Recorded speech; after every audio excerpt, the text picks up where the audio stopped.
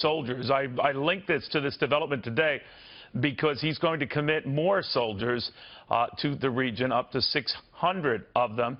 And the argument why he vetoed this 9/11 measure is it would put such soldiers in danger, any American on foreign soil in danger, including diplomat soldiers and those who would lose their sovereign immunity, or in other words, the ability of foreign countries to then go after us.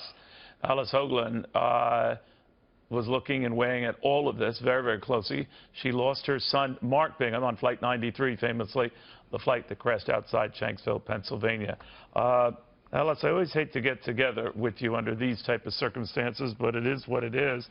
What do you make of what the president is likely to tell these soldiers? He'll be trying to reassure them that, you know, they are going into harm's way, but there is the underpinning that he has raised that they're in greater danger because of this 9/11 measure. Well, I think that our military and our diplomats have really nothing to worry about because JASTA has passed. JASTA, the Justice Against Sponsors of Terrorism Act, is very narrowly drawn and affects only those sponsors and supporters of terrorism who have acted to kill Americans within our borders.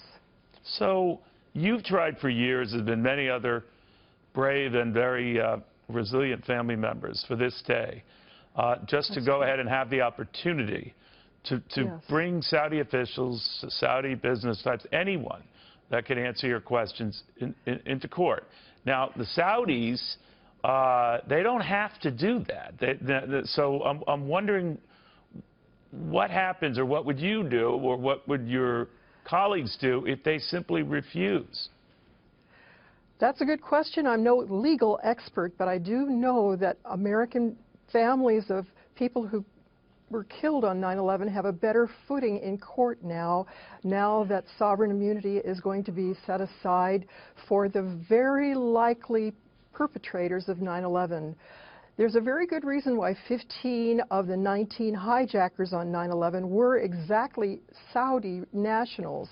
And there is a very good reason that certain Saudi officials showed up in San Diego specifically and other places to help these ugly terrorists and supported them, gave them lodging and food and clothing and sustenance for years before 9/11 happened. There's a very good reason that a Saudi family in Orlando skedaddled, moved up and packed up and got out of Orlando just a couple of weeks before 9/11.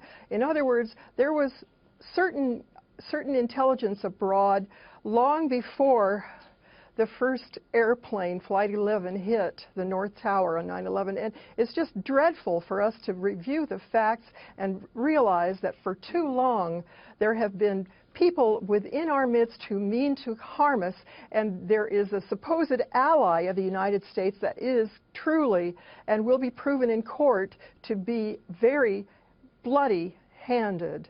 We know that this is not the end of it. We know that there will be constant attacks on JASTA. We know that it's going to be a tough fight, that President Obama, in whom we are deeply disappointed, will not rest until he has brought his strange allegiance to Saudi Arabia to bear one more time or two more times to try to muzzle the people who But to be fair, JASTA. Alison, I know your grief, and I could certainly understand. Other former presidents, Republican included, have supported him on this, fearing that it could lead to reprisals against American interests and Americans themselves, some of those soldiers who are gathering to listen to the president right now in Virginia. And you've heard that argument. I guess what I'm asking you is, the Saudis have separately, as you know, hinted that if this were to go through and the president didn't veto this, let alone see his veto overridden, they might have ways of responding. They might stop buying our treasury debt, or furthermore start selling it, or use oil as a sort of a weapon against us. I find the timing today of their deciding to cut back on production curious, the same day this thing is overridden. Yes. Well, if Saudi Arabia and its supposed charities and certain members of the royal family are indeed innocent of the ugly acts of 9/11, then they have nothing to fear.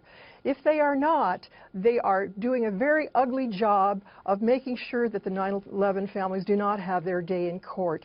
JASTA is narrowly drawn. It will not pose a danger to diplomats overseas or to our military whom we prize and value and are very grateful to. JASTA has been carefully written to go after only the guilty. Alice, thank you very much. You're welcome. I know it doesn't get easier with all the years, but... No, it doesn't. Feels like yesterday. I am sure it does, but you serve Mark and his memory well. Thank you very, very much. Alice Hoagland. Thank you.